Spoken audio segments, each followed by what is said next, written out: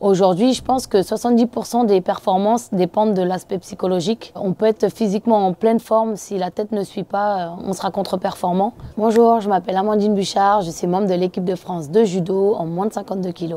Alors j'ai commencé le judo à l'âge de 6 ans grâce à mon papa qui voulait qu'en tant que femme, je sache me défendre et il croyait aussi en mes capacités physiques dans le sport. Par la suite, j'ai fait déjà des premiers résultats dans mon petit club. Ça m'a permis d'accéder au championnat de France où j'ai pu faire un podium. Derrière, je suis passée par 2 sports-études, celui de Brétigny-sur-Orge et celui d'Orléans avant d'intégrer l'INSEP en septembre 2012. Et puis j'ai performé, j'ai été médaillée en championnat d'Europe, championnat du monde. Alors malheureusement, j'ai pas réussi à faire les Jeux de Rio parce que j'ai dû arrêter par rapport à des problèmes de santé ma course aux Jeux. Derrière, j'ai rebondi, je suis montée de catégorie et j'ai été double médaillée olympique à Tokyo. Et là, je termine cette Olympiade de Paris 2024 avec une médaille de bronze en individuel et une médaille d'or encore par équipe. Ça a été une grosse pression parce que les Jeux olympiques à Paris, on nous en parle depuis qu'on est rentré de Tokyo. Donc pendant 3 ans, on nous a rabâché que les Jeux c'était à Paris. D'autant plus le judo, c'est un des sports qui ramène le plus de médailles donc on sera attendu. Au final, franchement, on a bien répondu présent avec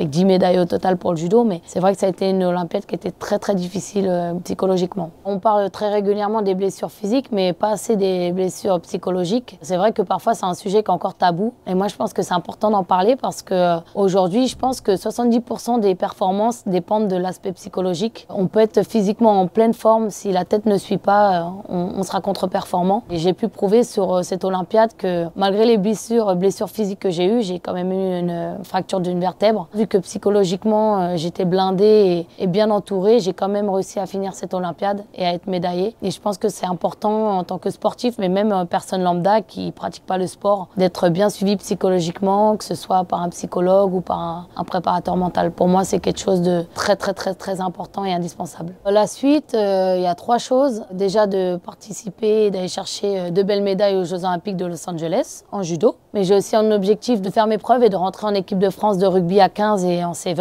Après, je verrai les opportunités que ça m'offrira à plus haut niveau. Et là, dans les jours à venir, de trouver un nouveau club parce que du coup, le PSG Judo ne renouvellera pas mon contrat. Donc du coup, je suis à la recherche d'un club. Donc ça va être aussi un objectif de trouver un très bon club pour l'Olympiade et d'être bien entouré.